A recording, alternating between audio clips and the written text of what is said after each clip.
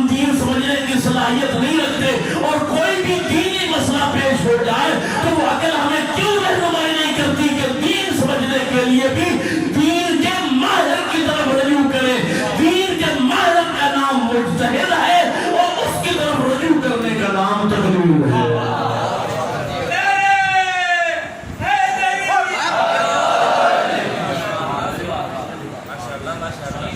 بعض لوگ بڑے سمجھدار بنتے ہیں، ہم کہتے ہیں میاں ہم تو امام کی تقلید کرتے ہیں، امام زمان علیہ السلام کی تقلید کرتے ہیں، ہم تو کسی کوئی ٹیپ کی تقلید نہیں کرتے، امام کی تقلید. یہ بڑی بدتمیزی والی بات ہے، یہ بہت بڑی گستاخی ہے.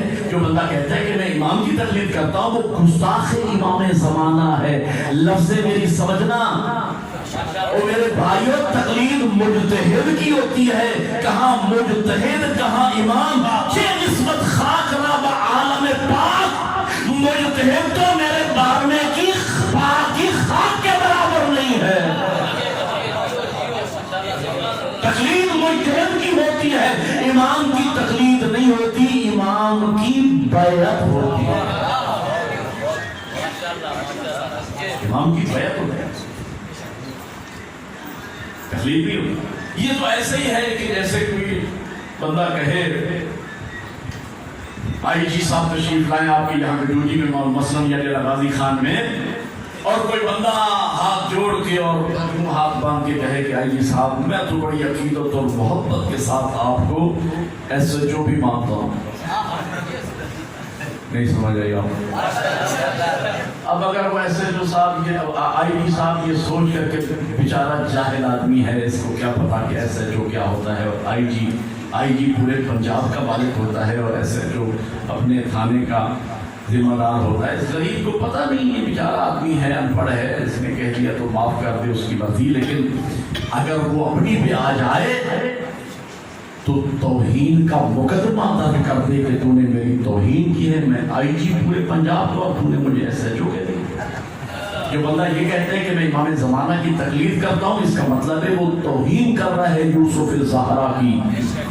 کہاں مجتہد کہاں امام؟ امام کی تقلید نہیں ہوتی، امام کی بیعت ہوتی ہے. اور فرمائے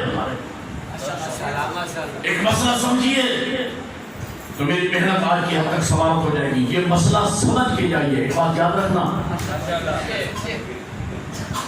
مجلس میں بولنا اتنا ضروری نہیں جتنا مجلس کو سمجھنا ضروری ہے.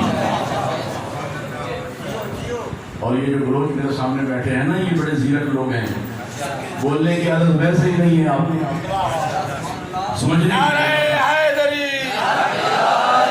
یہ مجھے یقین ہے کہ سمجھ رہے ہوتے ہیں. اور ظاہر ہے کہ رات کو 10:30 بجے جو 11 بجے بیٹھا ہوا ہے تو وہ وقت برباد کرنے کے لیے نہیں بیٹھا، وہ کچھ حاصل کرنے آیا ہے، وہ کچھ لینے آیا ہے.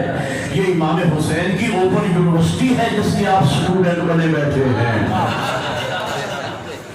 ہاں، یہ کوئی معمولی بات نہیں ہے. میں آپ کو مسئلہ سمجھا رہا ہوں. اجتہاد و تقلید کیا ہے؟ تقلید ہر بندہ کرتا ہے. تقلید کا معنی صاف لفظوں میں پھر سمجھیے. تقلید کا معنی ہے جس مسئلے میں آپ ماہر نہیں ہیں اس مسئلے میں ماہر کی طرف رجوع کرنا، یہ تقلید ہے. آپ لباس نہیں سی سکتے، آپ درزی نہیں ہیں، کپڑے سلوانے کے لیے درزی کے پاس جا کے کپڑے سلواتے ہیں تو آپ درزی کی تقلید کر رہے ہیں. آپ کھانا بنانا نہیں جانتے، بیگم کو کہتے ہیں کھانا بنا دو، اماں کو کہتے ہیں کھانا بنا دو. کھانا بنانے میں آپ اپنی اماں اور اپنی زوجہ کے مقلد ہیں، وہ ماہر ہے، آپ محتاج ہیں. تقلید ہر بندہ کرتا ہے. دنیا میں کوئی انسان ایسا ہے ہی نہیں جو تقلید نہ کرتا ہو. اب فیصلہ یہ کرنا ہے کہ ہم نے جاہل کی تقلید کرنا ہے یا عالم کی تقلید کرنا ہے.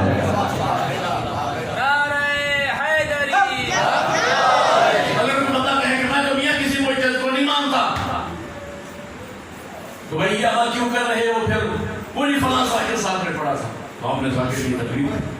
فلاں خطیب صاحب نے پڑھا تھا تو آپ نے اس خطیب کی تقلید کی. فلاں کتاب میں فلاں راوی نے یہ لکھا تو آپ نے راوی کی تقلید کی. اس لیے کہ آپ نے خود اپنے علم پر عمل نہیں کیا، آپ نے تو کسی کہنے پہ عمل کیا. تو جس کہنے پہ آپ چل رہے ہیں اس کی آپ تقلید کر رہے ہیں. تقلید ہر بندہ کرتا ہے، طے یہ کرنا ہے کہ عالم کی تقلید کریں یا جاہل کی تقلید کریں. مسئلہ سمجھیے اور آپ کی زحمت کو تمام پر وقت کے اندر کیا تو نہیں رہے آپ. مشکل موضوع ہے لیکن یہ مجمع اس اہل ہے کہ یہ موضوع اس کو سنایا جائے. نعرہ حیدری تاکہ میرے آنے کا کچھ حق ادا ہو جائے. اور رمیتی مجالس جو آئے روز آپ سنتے رہتے ہیں وہی باتیں میں بھی کر کے چلا جاؤں تو ہدف حاصل نہیں ہو. میں چاہتا ہوں نئے موضوع کو آپ کے سامنے پیش کروں.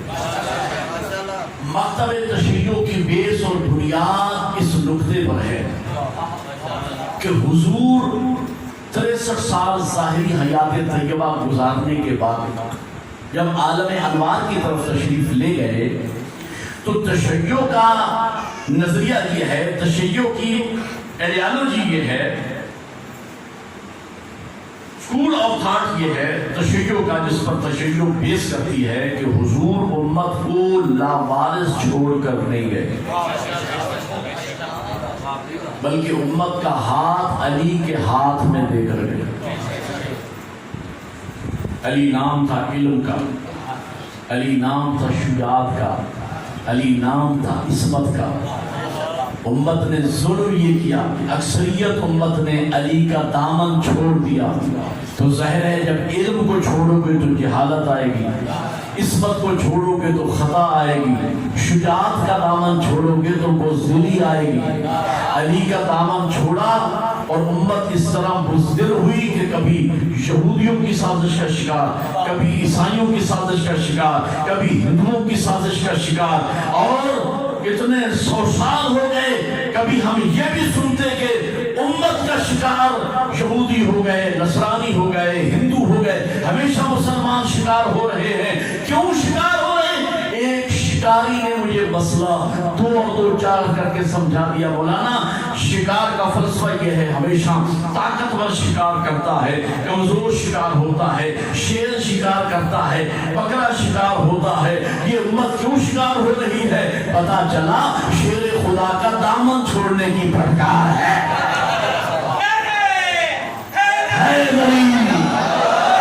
نہ امت شیر خدا کا دامن چھوڑتی، نہ آج دشمن کی سازشوں کا شکار ہوتی. بہرحال ہمارا عقیدہ نظریہ یہ ہے، ہم نے دامن علی کو پکڑا، مسائل برداشت کیے لیکن دامن علی کو نہیں چھوڑا. لیکن امت نے دامن علی کو چھوڑ دیا. مد مقابل میں نظریہ یہ ہے، ہمارے سامنے نظریہ یہ ہے بھائیوں کا کہ حضور امت کو کسی کے حوالے کر کے نہیں گئے بلکہ امت کو ان کے حال پہ چھوڑ کے چلے گئے. اور امت نے بعد میں آپس میں مل کے اپنی قیادت کا انتخاب کر لیا. ہمارا عقیدہ یہ نہیں ہے. ہم صاحب علم و دانش لوگ ہیں. ہم یہ سمجھتے ہیں کہ اگر کسی عام آدمی نے آپ میں سے، آپ بلوچ فیملی یہاں بیٹھی ہوئی ہے، بلوچ لوگ بیٹھے ہوئے ہیں، جانور پالنا آپ کا مشغلہ ہے.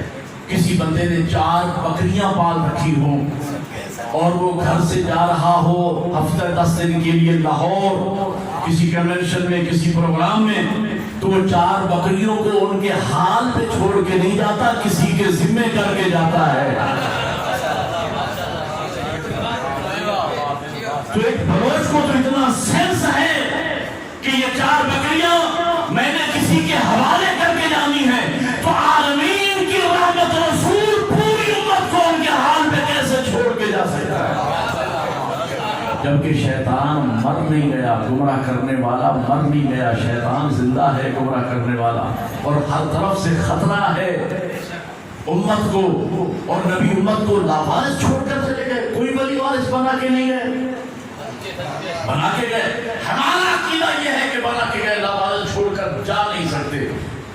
اس نظریے اور اس عقیدے پر ہمارے مکتب کی بیس اور بنیاد ہے. لیکن نوجوانوں میں ہاتھ باندھ کے عرض کر رہا ہوں، صدقانہ اور یہ میرا لفظ ضائع کرو گے زندگی بھر پچھتاؤ گے.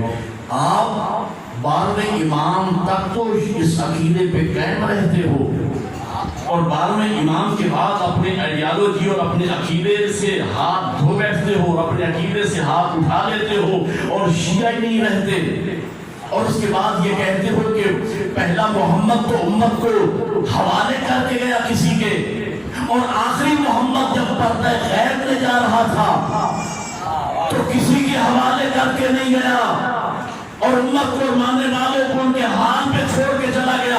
اگر ہم کہیں کہ 12واں محمد ماننے والوں کو ان کے حال پہ چھوڑ کے چلا گیا، کسی کے حوالے نہیں کیا، تو ہم نے اپنا عقیدہ چھوڑ دیا، پھر مخالف کا عقیدہ درست نکلا، پھر ہم نے اپنے عقیدے سے ہاتھ دھو لیا۔ لیکن اگر ہم اس عقیدے پہ قائم ہیں کہ جب پہلا محمد امت کو لاوارث نہیں چھوڑ سکتا، تو آخری محمد عالم غیبت کبریٰ میں جانے سے پہلے امت کو لاوارث نہیں چھوڑ سکتا، اور یقیناً کسی نہ کسی حوالے کر کے میں امت کو، تو میں نوجوانوں سے اور بزرگوں سے پوچھتا ہوں، مجھے بتاؤ آپ کا 12واں فرزند زہرا یوسف زہرا اس امت کو ماننے والوں کو کسی نہ کسی کے حوالے جب کر کے گئے تو کس کے حوالے کر کے گئے؟ دو میرے سوال کا جواب۔ سیاستدانوں کے حوالے کر کے گئے؟ بولو یار۔ ڈاکٹروں کے حوالے کر کے گئے؟ انجینئروں کے حوالے کر کے گئے؟ وکیلوں کے حوالے کر کے گئے؟ ذمہ داروں کے حوالے کر کے گئے کہ امت کا خیال رکھنا؟ وہ بولو کامن سینس کیا کہ کس کے حوالے کر کے گئے؟ علماء کے حوالے کر کے گئے، ایک نظام دے کر گئے۔ جس طریقے سے رسالت کے تحفظ کا نام امامت ہے، یا سمجھدار لوگ بیٹھے ہیں ماشاءاللہ سبحان اللہ، کہنا بھی عبادت ہے، بولا کرو تاکہ مجھے یقین ہو میری بات سمجھی جا رہی ہے۔ رسالت کے تحفظ کا نام جو دین نبی نے پہنچایا، یہ دین مٹ جاتا اگر نظام امامت اور ولایت نہ ہوتا، یہ دین مٹ جاتا جب اگر علی کی ولایت کا اعلان نہ ہوتا۔ یہ غدیر ہے جس نے اس دین کو بتایا جو نبی لے کر آئے۔ جس طرح نظام رسالت و نبوت کے تحفظ کا نام امامت ہے، امامت کے تحفظ کا نام مرجعیت اور اجتہاد ہے۔ میں نے کہہ دیا کچھ پتہ نہیں آپ سمجھ رہے۔ نظام امامت اور ولایت کے امام کے ظہور تک تحفظ کے لیے جو نظام دے کے گئے، جس نظام کے حوالے امت کو میرے امام کر کے گئے، اس نظام کا نام نظام امامت و ولایت ہے۔ اور خدا کی قسم علماء نے، مراجع عظام نے، مجتہدین نے، کتابیں بحار الانوار مجتہدوں نے لکھی، قرآن کی تفسیریں مجتہدوں نے لکھی، کتابیں مجتہدوں نے لکھی، دین آپ تک مجتہدوں نے اپنی جانیں قربان کر کے، اپنے بچے ذبح کروا کے، قید و بند کی صورتیں برداشت کر کے، خدا کی قسم یہ مجتہدین دیوار بن کے کھڑے ہو گئے باطل کے سامنے۔ اور آج آپ شیعہ ہیں، آج آپ تک علی ولی اللہ پہنچا ہے، آج آپ تک حلال و حرام پہنچا ہے، اس سے مجتہدین کا خون شامل ہے، اس کی ملک کی محنتیں شامل ہے۔ المیہ ہے، خدا کی قسم میری قوم کا ظلم ہے۔ اگر سید جاہل ہو تو عوام اس کے پیروں پہ سجدہ کرتی ہے، اور اگر سید عالم اور مجتہد بن جائے تو قوم اسے لعنت کرتی ہے۔ یہی معیار ہے، قوموں کا معیار علماء ہوتے ہیں، جہلا نہیں ہوتے۔ قرآن کی نص ہے هل يستوي الذين يعلمون والذين لا يعلمون، کہ عالم اور جاہل برابر نہیں ہو سکتے۔ جاہل سید کا احترام کرتے ہو، عالم اور مجتہد سید کا احترام کیوں نہیں کرتے؟ آج جو ہمارے عوام کی حالت ہے اور مجتہدین کے بارے میں جو ویوز کیے جاتے ہیں، خدا کی قسم دنیا تماشا دیکھ رہی ہے۔ یہ شیعہ ہے، یہ نوجوان ہے سوشل میڈیا پہ اپنے علماء مجتہدین جنہوں نے دین بچایا، جو دین کے محافظ ہیں، رہبت۔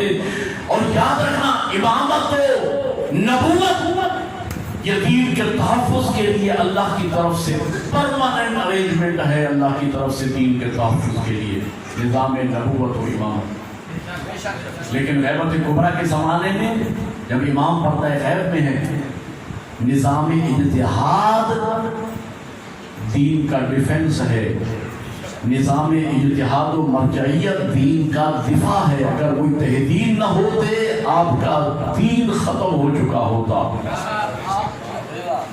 لیکن کوئی تحدین نے اپنا سینہ تاڑ کے اور اپنی جانیں دے کر تشیع کو بچایا۔ اس دین کو سمجھو۔ آج کی حد تک میں نے بڑی زحمت دیا حضرات کو، اس عزاداری کی قدر کرو۔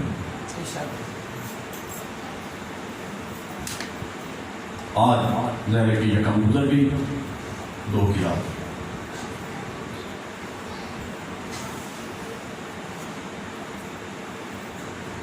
امیر شام کے مرنے کے بعد یزید تخت حکومت بھی آیا۔ یزید کے حکم سے ولید بلعون نے قاصد بھیجا امام کو بلانے کے لیے۔ روایت میں ہے کہ میرے امام مسجد نبوی میں نماز تعقیبات میں مشغول تھے۔ ولید کے قاصد نے آ کے اطلاع دی، امام نے آنے کا وعدہ کیا۔ تھوڑی دیر کے بعد امام گھر پہنچے، جناب زینب سے فرمایا ماں جائی مجھے ولید نے دربار میں یاد کیا ہے، میں علم امامت سے جانتا ہوں، نہ مدینہ میرا مقتل ہے نہ ولید میرا قاتل ہے، میں جا رہا ہوں، پیغام سن کے واپس آ جاؤں گا۔ بی بی کی آنکھوں میں آنسو آئے کہ بھیا یہ ٹھیک ہے، یہ حق ہے، یہ سچ فرما رہے ہیں، نہ ولید آپ کا قاتل ہے نہ مدینہ آپ کا مقتل ہے، لیکن دربار تو وہی ہے جس دربار میں میری جوانہ نما گئی تھی تو سر کے بال سیاہ تھے، جب واپس آئی تھی تو سر کے بال سفید ہو گئے۔ مدینہ تو وہی ہے، دربار تو وہی ہے جس دربار میں میرے بابا کے گلے میں رسیاں ڈالی گئی، مدینہ تو وہی ہے جس مدینے میں میرے شہید بھائی کے جنازے پہ تھی بھیا میں آپ کو اکیلا نہیں جانے دوں گی۔ یہ باتیں ہو رہی تھی کہ جناب ام الفضل نے، جناب عباس سلمدار کی زوجہ نے یہ منظر دیکھا۔ بی بی آئیں، جناب عباس اپنے بیٹے فضل کو پیار کر رہے تھے، کہا عباس آپ اپنے بیٹے کو پیار کر رہے ہیں، میں ایک منظر دیکھ کے آئی ہوں، بہن بھائی رو رہے ہیں، حسین کہیں جانا چاہتے ہیں، بہن جانے نہیں دیتے۔ روایت میں ہے نالین نہیں پہنی جناب عباس نے دوڑتے ہوئے قدموں پہ ہاتھ رکھ کے کہا ابھی تو نوکر زندہ ہے۔ میری زندگی میں رونے کا سبب کیا ہے؟ عباس کو آنکھیں دیکھا جناب زینب نے، بھائی کا دامن چھوڑ دیا، حسین بھائی اب جہاں جانا چاہتے وہ چلے جاؤ، اس لیے کہ میرے پردے کا محافظ عباس آ گیا۔ جزاک اللہ، خدا آپ کی چیزیں قبول کرو۔ جناب عباس عرض کرتے ہیں مولا کہاں جانے کا ارادہ ہے؟ کہ ولید نے یاد کیا، میں جا رہا ہوں، میں جاتا ہوں، ولید میرا قاتل نہیں نہ مدینہ مقتل ہے، جاؤں گا اور ہو کے آ جاؤں گا۔ کہ مولا جائیں نا، ضرور جائیں لیکن اکیلے نہ جائیں، میں جوانان بنو ہاشم کو بلاتا ہوں، جوانان بنو ہاشم کی ننگی تلواروں کے سائے میں آپ مدینہ سی گلیوں سے گزر کے جائیں، زمانے کو پتہ تو چلے حسین آباد کتنا ہے۔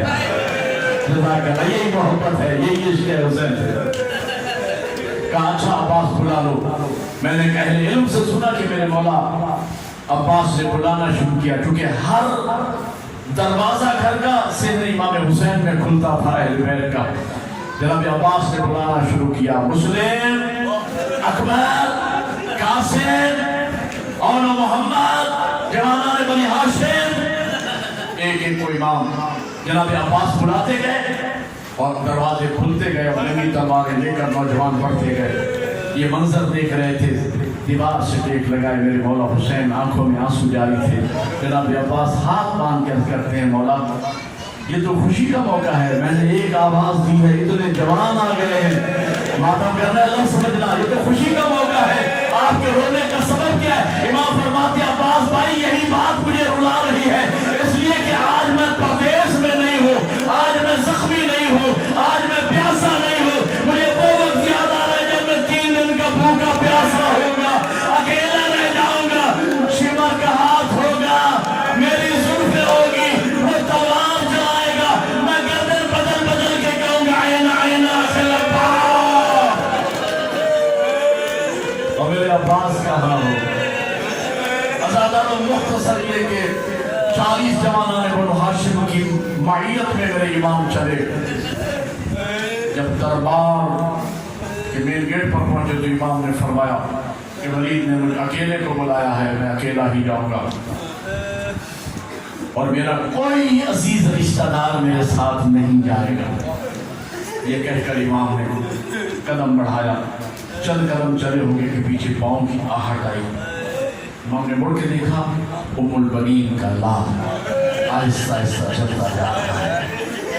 علامہ مرزا عطر مرحوم سے جملے میں نے اپنے کانوں سے سنے. میں اضافی بات نہیں پڑھتا, جو جید عالم یا کتاب میں پڑھتا ہوں وہ سناتا ہوں. قبلہ فرماتے ہیں امام نے مڑ کے دیکھا, عباس میں نے نہ کہا تھا کہ میرا کوئی رشتہ دار عزیز میرے ساتھ نہیں جائے گا. قدموں پہ ہاتھ رکھ کے کہتے ہیں مولا تیرا رشتہ دار ہو تو اکبر ہو, میں تو تیری کنیز سے. اور مولا آپ دیکھ نہیں رہے کہ ولید کا غلام بھی تو اس کے پیچھے پیچھے آ رہا ہے, میں بھی تو تیرا غلام ہوں. مولا مجھے آنے نہیں فرمایا, نہیں عباس مسئلہ نہیں ہے, باہر کھڑے ہو جاؤ, اگر کوئی مشکل وقت آیا میں نعرہ تکبیر بلند کروں گا. یہ ولید کے دربار کا دروازہ کوئی خیبر سے زیادہ وزنی نہیں ہے. پھر تم اندر چلے جانا, میں نے تفصیل پہ نہیں جانا. امام گئے, ولید نے بڑھ کے معاویہ کی خبر دی. امام نے انا للہ پڑھا, یزید کی بیعت کا مسئلہ اٹھا.